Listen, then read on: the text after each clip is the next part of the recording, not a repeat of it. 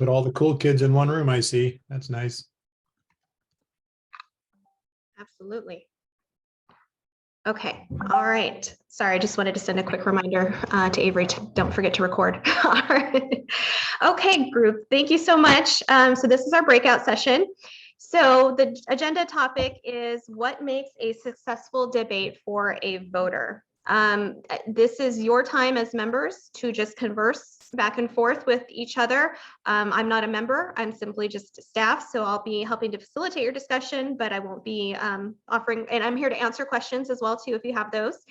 And again, great time for you all to discuss any ideas that you have. And to get started, I'm happy to throw out, a few prompting questions for you to consider. So what makes a successful debate for a voter? I guess really, one of the first questions is, why did the voter tune in the first place? What were they hoping to learn or take away from the debate? And what makes the debate successful from a legislative perspective or a statewide perspective? And then, how does the moderator impact, the debate for it being successful from the voter's perspective? Think of the timing, when we host these in the evening, is it accessible to the voter? So those are just a few topics for consideration. But with that, I'll turn it over to you all to start sharing your opinions on, again, what you think makes a successful debate for a voter. Oh, and before we do that, we will need a spokesperson. So do we have any volunteers for somebody who would like to, when we go back to the full group, to kind of highlight the key takeaways that the group has discussed? No volunteers. Voluntold? Oh, okay, great, Tara. Thank you so much, Tara. Tara will be our spokesperson. All right. Well, feel free to chat away. And as I mentioned before, please try not to talk over each other as we are taking minutes. On Gina's point, I'm Chris Klein with the Arizona Broadcasters Association. I guess the first piece I think about is just it's going to only be successful for a voter if they have awareness about the debate, if there's easy access to the debate, whether it's live or it's on demand. Some of that clearly plays into how we communicate and market that, but then also what means and platforms we make it available on. Because clearly, if you don't know what's happening, you ain't going to have any benefit. Yeah, I agree with Chris. I think the number one thing is accessibility. We talk about is evening the right time to do it. To do live, but I think we need to do a good job of marketing remarketing the recorded streams so that people can view those on demand when it's available to them. And I think that's a really good point because, I know evenings are typically, the best way to try and reach as many as you can. But if someone perhaps could only see it in the daytime, depending on what their work shift may be, then if they are looking at a recorded portion, it would be nice to have some type of an option where maybe if they had a question, they could still have their question go in, and even someone to be able to answer their question. Now, it may be difficult, of course, for the candidate, but at least, if how we can go about doing that accessibility is really, really important. And then I just think just in general, keeping, a good decorum throughout everything, which we typically that occurs, but that's something I feel that, with the public, they want to learn, they want to understand what each of these candidates are about. There may be, go ahead, Bob. Hi, I'm Bob Karp. I was a candidate twice for state legislature. One of the things I think voters come in and they have an expectation of what the content is going to be. And obviously, in many cases, you have no idea because the questions are skewed against what many voters would be interested in. So I think if you advertised at least one topic that would be covered in a debate, you would get people who say, yes, I want to hear what the candidates think about that topic. I've had people sit in on my debates and went, gee, we didn't hear anything that you really campaign on. There may be no solution to this next point, but I think we all know we also live in a short attention span world. And there's a part of me that questions and wonders if there's a better format or a better way to allow folks to consume this content in some type of more bite-sized fashion. I think it's a taller ask to convince the lay voters to participate in an hour-long or 30-minute debate, especially if they're watching digitally. But, I say that and don't have a great solution that doesn't then start to edit and paraphrase what we're trying to allow the candidates to say. I'll comment just because otherwise I'll end up with comments on 10 previous comments and it'll get confusing. I do think that this is very available. It doesn't matter if you're available when it's happening live because you can watch recorded 2 o'clock in the morning, laying there in bed. You can watch it whenever you want to. So you guys have done a good job in terms of making it available to voters who want it. Making it available to voters who don't want it is a waste of time. They don't want it. But you guys have done a good job of making it available to folks. Making it entertaining, making it informative. I would encourage, and it's actually a good way to eliminate moderator bias as well, probably agreement in advance where we're going to hit 8 topics or 10 topics that might be the same to every, let's say, legislative race. And then maybe you go to the participating candidates and you ask them to pick 1 or 2 additional topics, because while we know that education or public safety or border security or school funding, like there's a certain number of issues that are universal to every legislative race everywhere in the state. Some districts will be more focused on water. Some folks be more district focused on ranching. Some folks may have some really specific issues, particularly in primaries where the differences between the candidates are a lot smaller because they're all Democrats or they're all Republicans. And so the differences are more nuanced. If the candidates themselves also get to say, hey, I want to talk about this because this is where there's some difference, that will make for a more informative debate for the people watching. And then lastly, as far as segmenting it, you could, I suppose, bookmark in your videos each question so people could go there. It's also up to the candidates, frankly, in their campaigns to publicize it, to send out clips, and to if there's good stuff in those debates, the candidates themselves will promote it for you. So that's the input there. I think one of the things that, and Gina touched on this in the general session, is moderator knowledge. So to make sure, I guess, when we're vetting out the moderators, to make sure, especially on the state legislative level, that they're familiar with what's going on in their districts that they're moderating for, because it's important to make sure that we're covering, like Constantine said, the topics that are specific to that area. And I wonder too, when we do marketing, we can segment the marketing and maybe really speak to that district about these are the top 3 things that will be covered in that debate, so that it may entice voters to interact better. I think that also the interaction touches on the discussion around decorum and free exchange of ideas, and making sure that we have formats with rules and guidelines in place that best position the candidates to allow them to share their ideas without turning the debates into a discussion about the debates themselves, but keeping it focused on the issues. And I feel like that is a challenge we have seen in the past that is worthy of some close review as we push forward into another election cycle, to make sure that the rules and guidelines in place are the best ones. I'm not saying they're not, but that is, I feel like, an ever evolving line we've got to figure out how to navigate from not just an optics standpoint, but also. Chris, if I could ask you to elaborate a little bit on a couple things that you and others have brought up. What about the format of debates, and also the decorum, which you and other people have mentioned? Should the format, do you think, be very regimented, as it kind of is now? Like, you have 1 minute, then you have 2 minutes, then you have should it be more free flowing? And also, should there be some changes to improve decorum? Both of which I think are things that voters are concerned about. And what can we do to make the debates more palatable and more acceptable to people in terms of improving decorum and how questions are asked?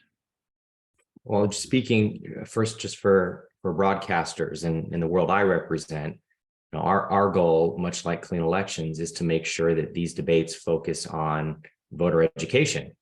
And I know we support having very specific guidelines that ensure that the debate progresses forward, because I think we've all watched and been a part of debates in the past where it's been so free flow that it hasn't allowed the conversation to touch on all the things that are necessary.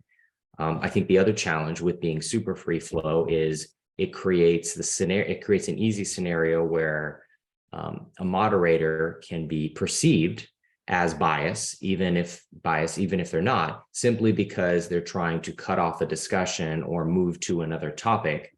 And if there aren't guidelines in place, that falls upon the moderator, who, again, representing the folks who are trying to put this content out, I'm protective of, because as Gina mentioned, it's not just whether or not they are biased and neutral, but it's also that perception, and perception is everything. We know that in the world we live in today. So from my perspective, having very specific guides in place, as we do now, are super important. But the challenge, from my perspective equally so, is that hasn't prevented a degrading of basic decorum. And it's created challenges, as we know from previous election cycles, with ensuring that the conversation stays on topic as opposed to personal attacks between candidates. And I think that is a giant challenge that is difficult to manage. It's difficult to manage because, again, clean elections, I know, is and broadcasters broadcasting these debate do not want to get into the realm of trying to say what candidates are allowed to verbalize or not. And at the end of the day, right, the candidates should be able to speak for themselves. And I'm curious if anybody else on this work group has either differing opinions or solutions to that challenge, because I think it is one that is difficult to navigate.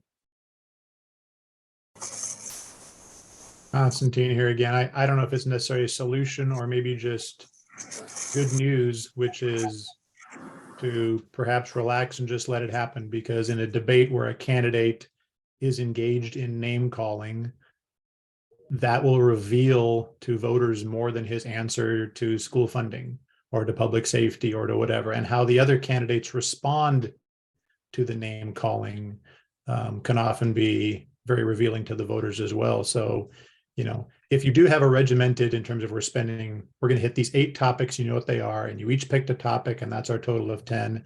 And so we've got 3 minutes per, and here's the time per. That gives the moderator everything they need to be able to run the debate free of accusations of bias, because the time's the time, and we're out of time. We have to move on. But what people say it, how they handle themselves personally, just let it go, because that's often the most important part of the debate. Well, I would like to comment on that. This is Nicole Greason. Hello, Mark Kimball. How do you regulate people when their strategy is to attack the other person personally, and they go that way, and then they also start to run over the moderator, who's trying to keep folks on track and keep them focused on the issues, but they choose as a strategy to attack each other, and also sometimes the moderator, who they perceive as being biased.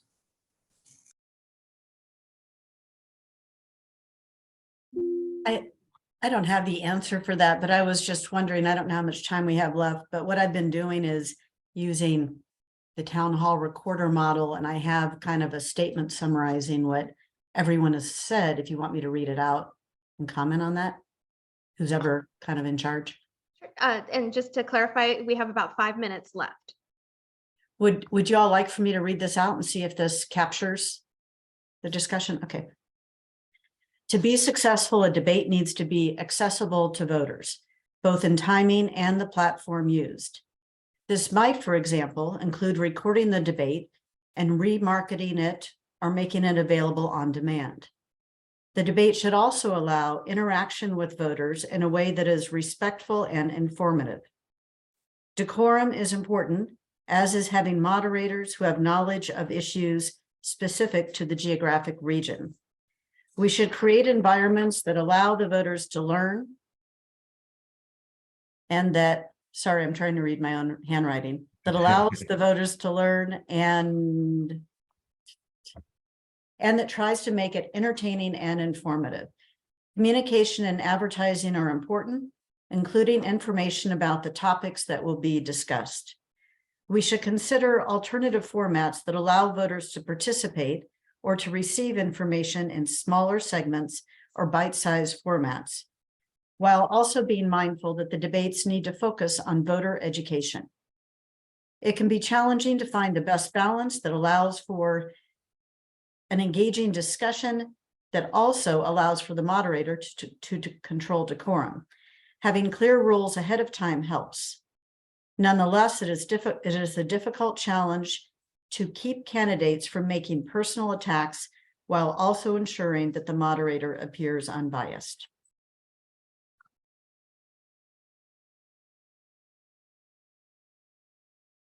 Sure. Leah had a question or a comment earlier that is probably easily fixed in terms of how people who watch the debates later can get questions answered. I don't recall if you guys do it already, but at the end of the video, it'd be very easy to have the contact info for each campaign just stay on the screen there for 60 seconds or something. So if you do have questions for the candidates that weren't answered tonight, you can reach the campaigns directly. And I guarantee the candidates love to get those emails because it's a chance to get back to a voter who cares about something specifically. And so they'd be really happy to do that. Sure. The other thing is that because you got a good digital crew and all that stuff, when you guys package these debates for reviewing, there's probably a way to bookmark to jump to, but maybe if you have 3 minutes on education, 3 minutes on border security, 3 minutes on whatever, I don't know whether those 3 minutes could be packaged as individual videos. Because if you want something bite-sized, here's your candidates on K-12 funding. Here's your candidates on water. Here's, you don't have to watch the whole video or jump to a bookmark, but you guys could probably have the whole video and chapters 1 through 10 or something like that. Points.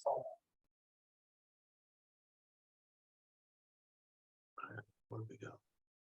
Well, we have about 2 minutes left. So if there's anything left that anybody wants to comment on, now's the time to do it. I'll just add personally, this was fantastic. I can't tell you how excited I am because I think a lot of this is great ideas and we can do a lot of this. So thank you, because you all have made some great points. But again, you've got about 2 more minutes if there's anything else you want to discuss of what makes a successful debate from the voters' perspective.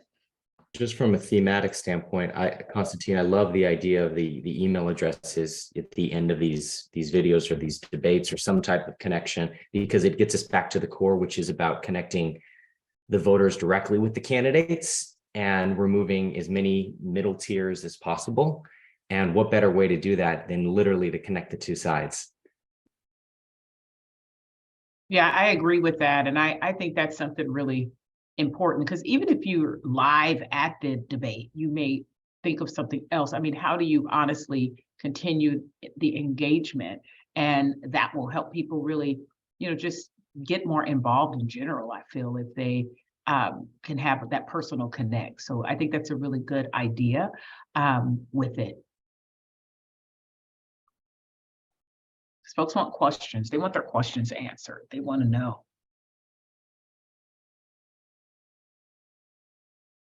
Well, and just one parting challenge I don't feel like we've fully touched on yet, but it also feels like we live in a society with an electorate where the skepticism is the name of the game, no matter what you're talking about.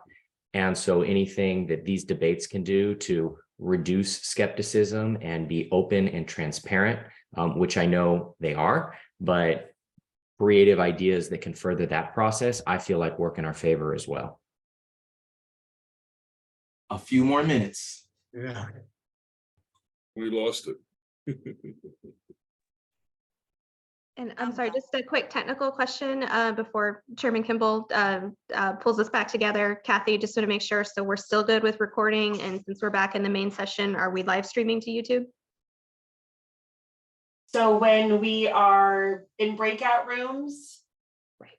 the main room continues to live stream. So the breakout rooms are not included in the YouTube live stream. Perfect, thank you. Yes. Okay, thank you. So will the spokesperson for Group A please report back to the entire group? Were we Group A? I wasn't sure. That's a good question. Were we Group A, Gina? But Mr. Chairman, we will be Group A now. We'll go ahead and we can have Tara report back. Okay, Tara. All right, thank you. To be successful, a debate needs to be accessible to voters, both in timing and the platforms used. This might, for example, include recording the debate and remarketing it or making it available on demand. The debate and the reformatted or on-demand versions should also allow interaction with voters in a way that is respectful and informative. Decorum is important, as is having moderators who have knowledge of issues specific to the geographic regions represented. We should create environments that allow the voters to learn and that tries to make it entertaining and informative. Communication and advertising are important, including information about the topics that will be discussed. We should consider alternative formats that allow voters to receive or to participate or receive information in smaller or bite-sized formats, while also being mindful that the debates need to focus on voter education. It can be challenging to find the balance that allows for an engaging discussion and that also allows the moderator to control decorum. Having clear rules ahead of time helps. Nonetheless, it is a difficult challenge to keep candidates from making personal attacks while also ensuring that the moderator appears unbiased. Thank you, Tara. That, as a member of Group A, that was a very good summary of everything we discussed. What about Group B? Would the spokesperson for Group B report on what you discussed? So, Mr. Chairman, in the interest of time in our group, I became the reporter, notwithstanding I'm not supposed to be. So I beg your forgiveness for that. I think we will. That will be fine. We'll be here from Tom Collins, who is the Executive Director of Clean Elections. So I think that our group discussed many of the same points that Tara just talked about. I think a thing that we heard was from a couple of folks in the group was about how important it is to give folks an opportunity to see candidates interact, and this may be their only opportunity to get a read on who candidates are as leaders, how they interact with others. As far you need something that works for both candidates and the voter, and some of the things that will go into that are, tailoring the questions to make sure that they are representative of party positions. You may have very different partisan positions. You need to account for that. You need to account for the diversity of the state. For example, about 1/5 of the state or a quarter of the state has a disability of some kind. That's not a topic that often gets addressed. That would be a group of voters that are looking for information. On the other hand, some topics like immigration, we might spend a lot of time on, but quite honestly, in most state and legislative debates, that's simply not a relevant topic. I think our group also talked about the disability issue and wanting to have engaged debates where you really have some intellectual and ideological friction that stays civil and not personal. And then finally, in order to, and then I think there was a general consensus, it seemed, that moderators who are journalists are good in, and especially those who both can control the tenor of the debate, but also can, if you will, get a candidate off their talking points, right? So get in depth enough on the issue where necessary to get specific answers on policy. And then the idea of how to increase participation by providing other ways of packaging these.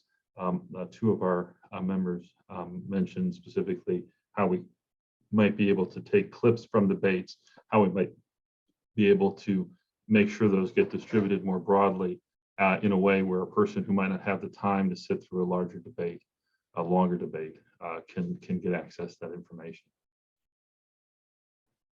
Okay, thank you, Tom. A lot of good suggestions from both groups. Some that were specific to one group, and some that both groups brought up. So I thought that went very well. For item number 9, we're going to break out again, following the same process we used for the previous breakout session, but this time we're going to talk about what makes a successful debate for a candidate. We talked last time what makes for a successful debate for the voter, but now we're going to focus on the candidate and what we can do to make debates better for them. So Kathy, is there anything we have to do to break out again? No, just one question, maybe for Gina. Would you like me to set a timer for the second round of breakout rooms? I currently have it for 20 minutes. But should that be extended? I think 20 minutes will put us right on track. That way we can still get to our call to the public and adjournment. So, and have our wrap up, of course. So yes, if we can limit the next discussion for about 20 minutes, and then again, keeping Tom and Avery together and myself and Chairman Kimball, that would be perfect. Yes. Opening the breakout rooms down.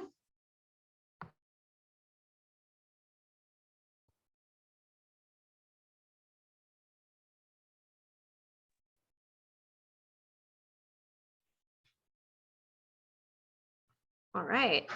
Looks like we are We're different. recording. Yep, we've got I mean, it's random, you know, and we're recording, so we are good to go. So just like our last discussion, this is the opportunity for the group members to go ahead and give their thoughts and opinions on what makes a successful debate from a candidate perspective. So, you know, you might find some overlapping from what you've discussed in the voters' perspective, but to help kick things off and facilitate this discussion, you know, some things you might think about are, why would a candidate choose to join the debate? What, you know, how does it serve them? And then why would a candidate maybe decline to debate?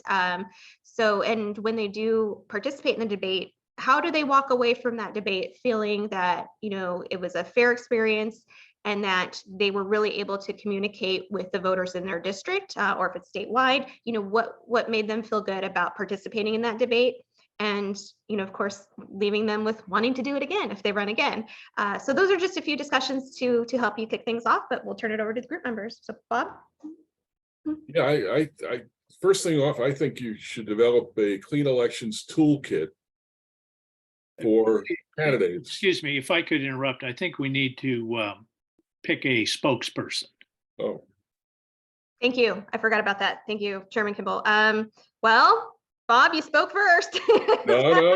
Is that by default, or anybody else want to raise their hand and join? I didn't bring a pen, so.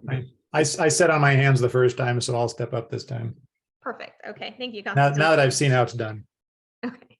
But so I mean, just if I can, yeah, I think we should, Clean Election should develop a toolkit for candidates. In other words, there should be a marketing kit for them. And Gina, we did this one time with me, if you remember, but putting together a package that you can send out, letting your constituents and letting people know in your district that you're participating in a debate, and when the debate is, what the debate's about, and that you can send it out. You can if you want to do print media, it's up to the candidate, but you'll provide them the stuff. Print media, online type advertising, advertising that they could send out to their constituent base.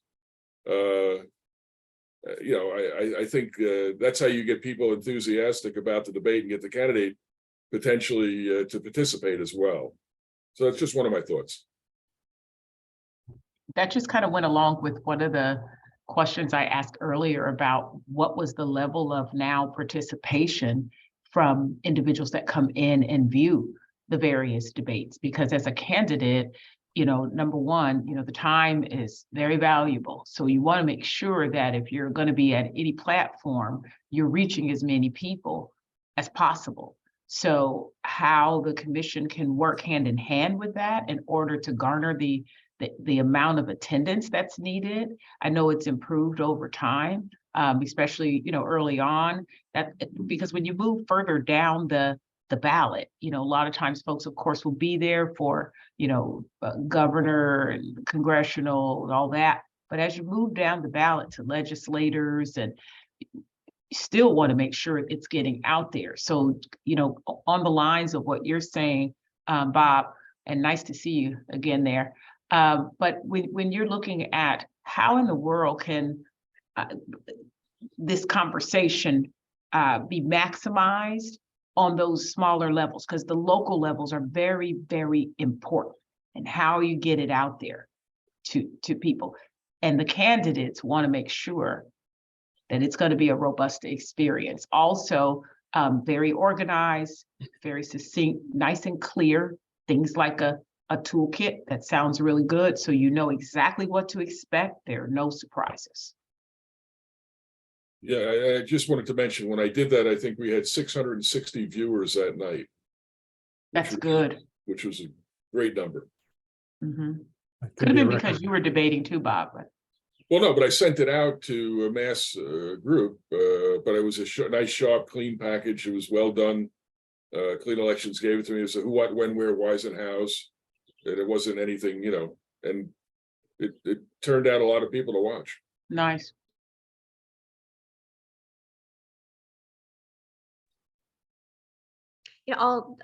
Just to help facilitate the discussion and again provides just informative information, since I'm not speaking as a group member here, but to the point about showcasing what the reach is, right? The time is valuable for these candidates. And I think that is something that we did very successfully with our statewide debates and on our partnership with the Arizona Broadcasters Association and the Arizona Newspapers Association. We were able to really show them the hard numbers of this is the reach we are bringing for your debate. And so I think that is something that we could extend as we look down the ballot to some of those other races. It might be, so we advise a lot of candidates, and sometimes we advise them on, hey, should I be in the debate or not? And it's not always a yes. And so I'm trying to think through the circumstances where the answer is a no and why it's a no, and how you guys could, some of that has nothing to do with you. It's just the specifics of a race. To a certain degree, I think if you can let candidates know sort of how many viewers the average legislative debate had or something, that's nice, because if a candidate's sitting there saying, 2,000 people see these things, well, that's a lot of people. And so you may be, that's more worth doing than something that 200 people are going to see. So for instance, if you have viewership numbers, that's useful.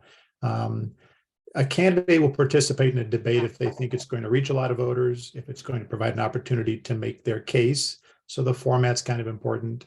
The moderator is important, because you have to think you're going to have a fair shot at it. And I don't know, on all these agendas, we'll get into moderators at some point in time, and I've got a number of thoughts there. But letting the candidates help to pick some of the topics may also go a long way, because a lot of these times, these debates, they don't get to talk about the things their campaigns are about or that they want to talk about.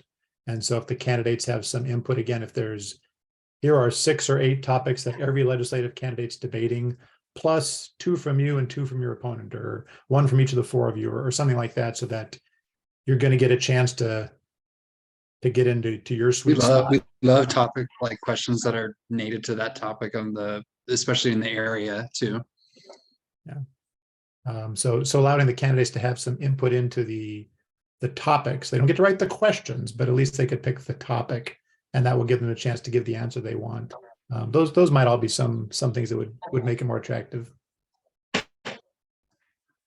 Constantine, you mentioned you wanted to get into the moderators. What are your thoughts on moderators? We've had problems in the past with basically bad moderators or moderators whose bias kind of, we did one, it was probably 2 cycles ago. It's an hour long. We probably did 50 minutes on K-12 education because that's all the moderator wanted to talk about. Well, okay, that's a big issue. It's half the state budget. And even if you gave it 30 minutes, that would be too much. But I mean, at the end, the candidates were so frustrated because they had so many things they wanted to talk about. And as I recall, that was actually a primary debate. So it was a Republican primary debate that spent 50 minutes, and I might be wrong, but a lot of the time on K-12 education. If you've watched Republican primary debates, that's not where you'd spend the bulk of your time. We had a debate this last time we raised an objection to because, it's a Republican primary where you had some of the people that were running were very heavily involved in like the election audit and stuff like that. And we had a debate. It was a media personality whose website talked about how, not every issue is, I forget what they said, but basically not every issue is equal. And we don't put up with garbage, cough, election audit, cough. Like that was literally on their website. And they were going to go run a debate for some lady who was a leader in the election audit. Like we do this, like, okay, this isn't going to be fair. So, candidates want to know they're going to have sort of a fair shot. And one of the things you could actually do for the primaries that would remove, I think, you guys from any charges of bias would be to, since it's Republican primaries and Democrat primaries, have the parties provide the moderators. You may not do that for the general election because in the general election, you're open to Democrats, independents, Republicans, they're all on the same stage.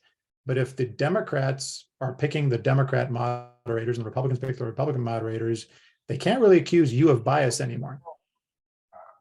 Can I ask a question on that, just from a logistical standpoint?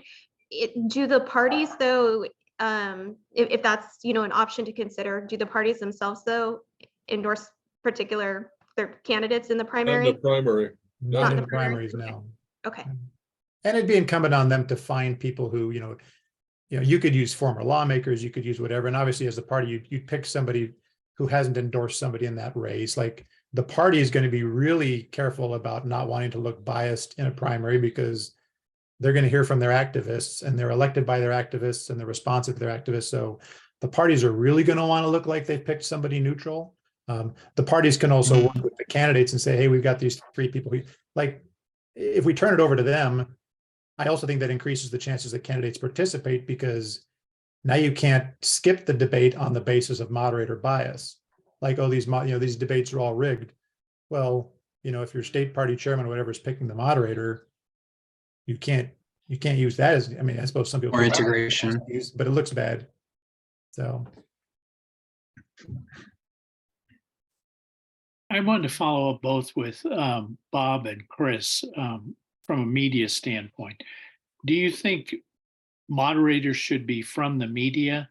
And Bob, you were talking about predictability, and there were some suggestions that the questions ought to be, or the general areas of discussion ought to be known in advance. We're going to spend 5 minutes on this, 5 minutes on that, 5 minutes on that.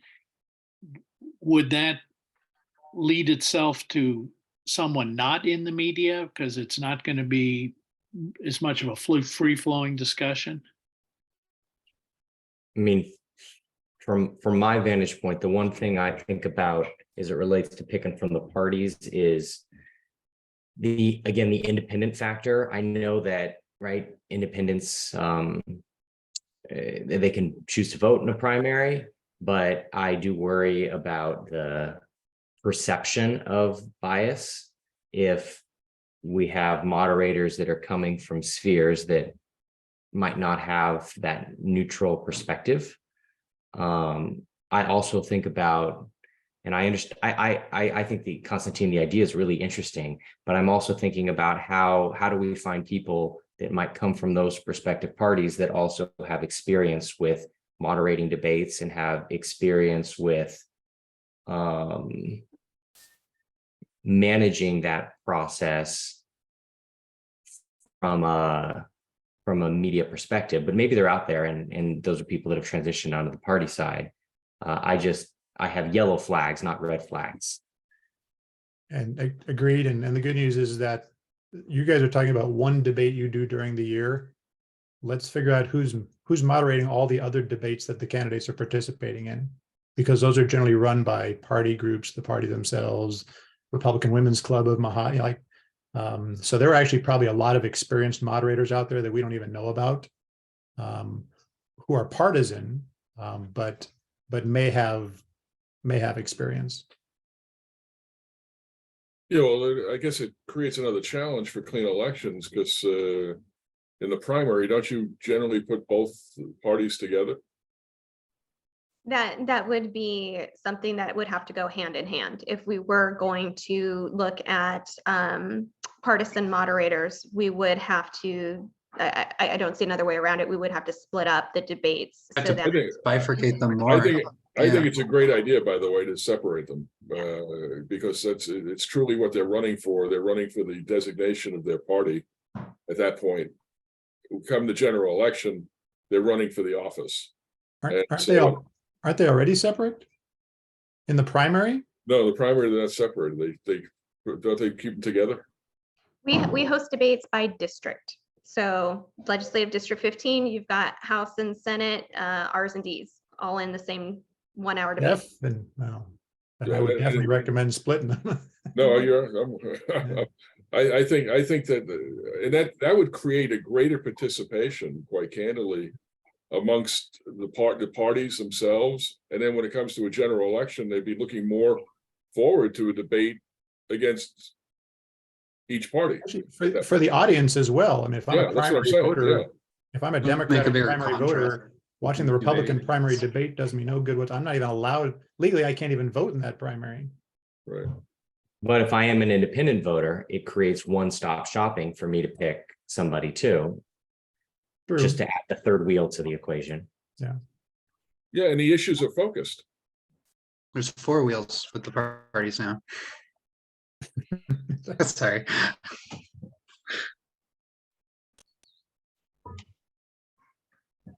Well, I know we have a few more minutes, so there's still time for discussion. I think we've talked a lot about, how to prep candidates and explain the reach that these debates will have. So I don't know if there's any other thoughts on, I think we got a lot into why the candidate participated. And then when the candidate exits, when it's all said and done, how do we ensure that they felt, okay, they got a fair shake, they felt good, like their opponent didn't monopolize the time, the moderator was, fair and speaking time and asking fair questions, or, how did they walk away? How does the candidate walk away feeling successful in terms of what we can do, and obviously not their performance themselves? Being a former candidate and participating in debates, I can honestly, and I mean, you may not want to hear this, but you're neutral, so it's okay.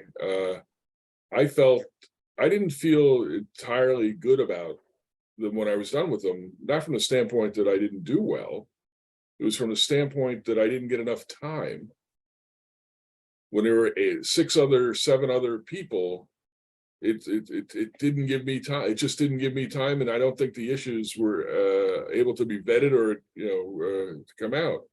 And again, I said running for 2 different offices and having those people sit there and then go down a line or whatever and go back or whatever. Now what we're ever doing online, Bob, what do you think? Okay, you got 2 minutes. So Jim, what do you think? It wasn't really a debate. It was more like, okay, what's the next question? And Did you feel that way after the primary and the general debates, or particularly the primary ones? Well, I mean, when I'm answering questions that really had nothing to do with, again, and Paul Boyer mentioned this in the other group, when I'm answering questions that have nothing to do with what I was going to be running for office about. And then the moderator, because my skill set may have been better than the other guys, because I was in the legislature and the guy running against me was sort of trying to help my opponent. I always, you help them along, and that's natural, because I'm able to answer the question the other person may not be able to. But I felt that you needed to separate, and I've said this earlier, separate the offices. because they are different. I don't know, Constantine, you prepare people for it. What are your views? Agreed. I mean, when you're in a debate, you're trying to score points, or you're trying not to give Yeah. points away. I mean, are you on offense? Are you on defense? You know, how many candidates for how many seats are you running as teams because it's a state house race and you've teamed up with somebody else? I mean, there's just a lot of dynamics to it. What was that?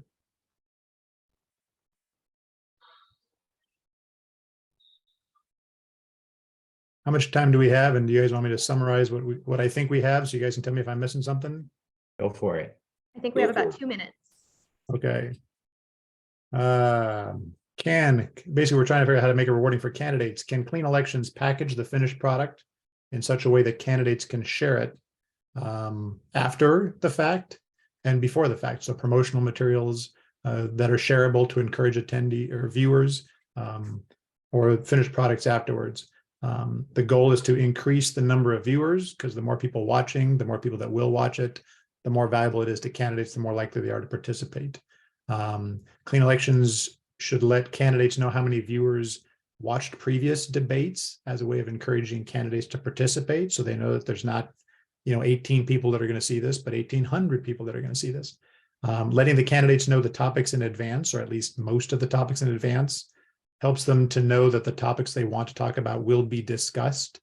There were some additional ideas. One is to consider separating Republican and Democrat primary debates, because viewers will be seeing just the race they want to see, and the topics can be better customized to the race, to the candidates, and to the audience. We also want reliable moderators. They encourage participation, because you're going to get a fair shake. And one idea was to consider inviting the parties to select debate moderators for the primary debates, because they'd be less likely to be biased or perceived as biased, and they'd have a better sense of what issues are most important to the viewers and the candidates. What else did I miss, or what else should I put in here? We've got just a few more seconds, but I thought that sounded great. And again, I'm very grateful for all of this.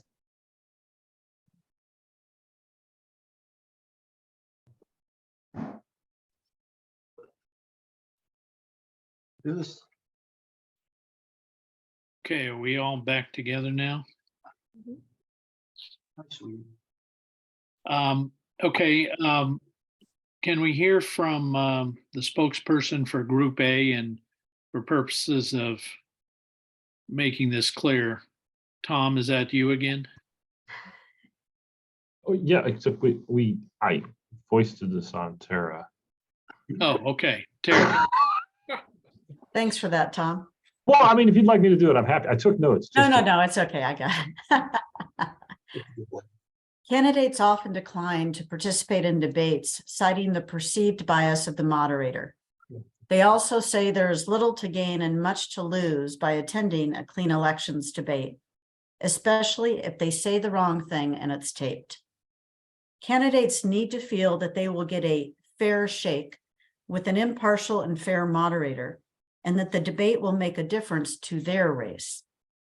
We can address these issues by taking steps to get moderators who are from the geographical area and who are perceived as fair and impartial. We might also consider pairing the moderator with a journalist who can fact check during the debate. We should create more incentives for candidates to attend, which could include marketing and communication so that there's a broader audience for the debates. Because candidates are often afraid that they'll say the wrong thing and then therefore choose not to attend, we should also consider providing questions, or at least areas of questions, in advance, and limiting the questions to those that are relevant to the office being sought. For example, not including federal questions that don't apply.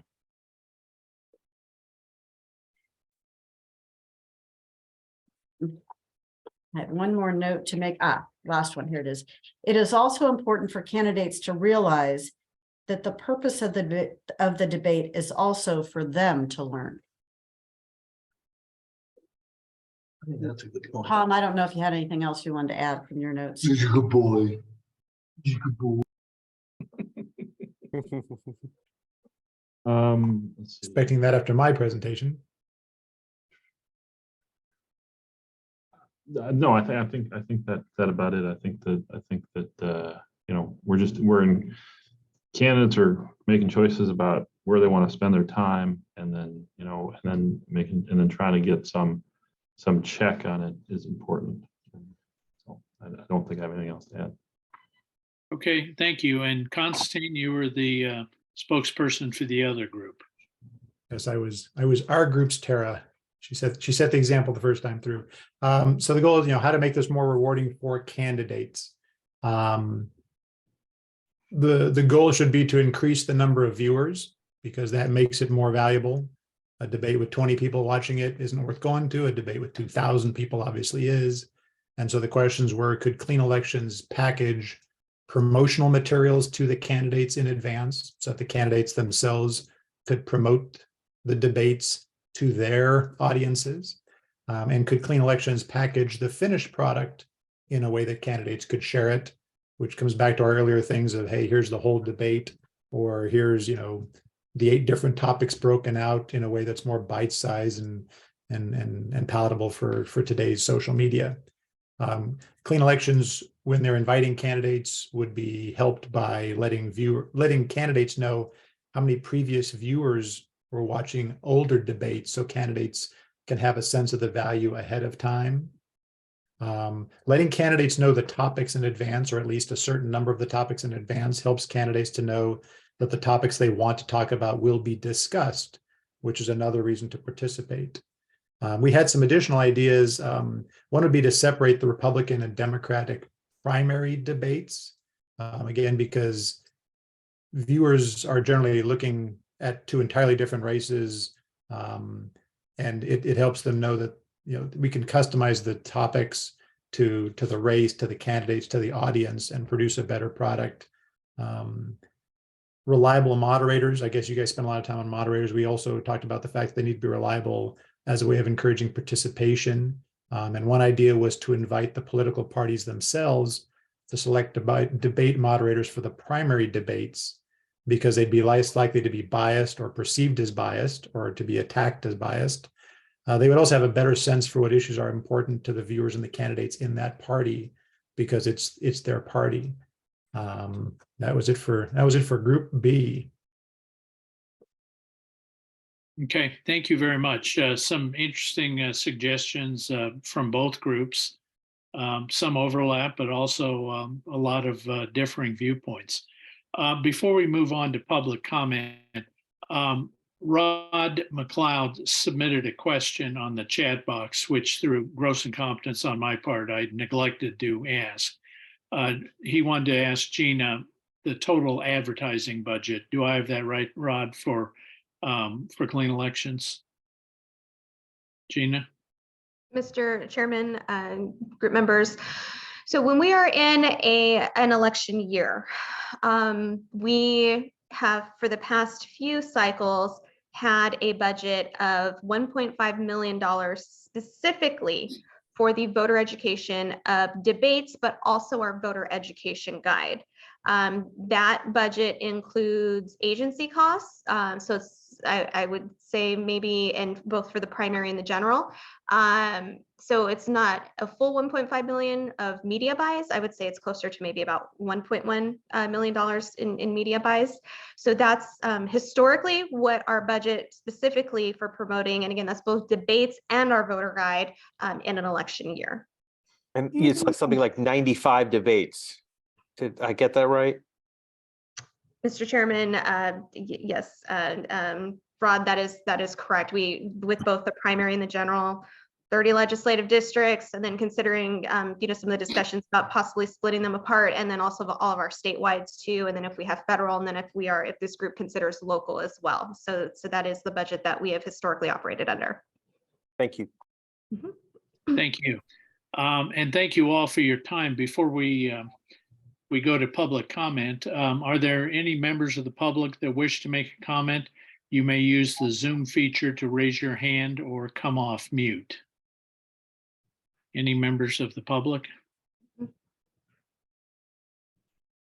I don't see any. Kathy, are you seeing any that I'm not? I do not see any either. Okay, thank you. So with that, we'll adjourn. I very much appreciate your time. I know you're all very busy people, and I look forward to seeing all of you at our next meeting. Thank you very much.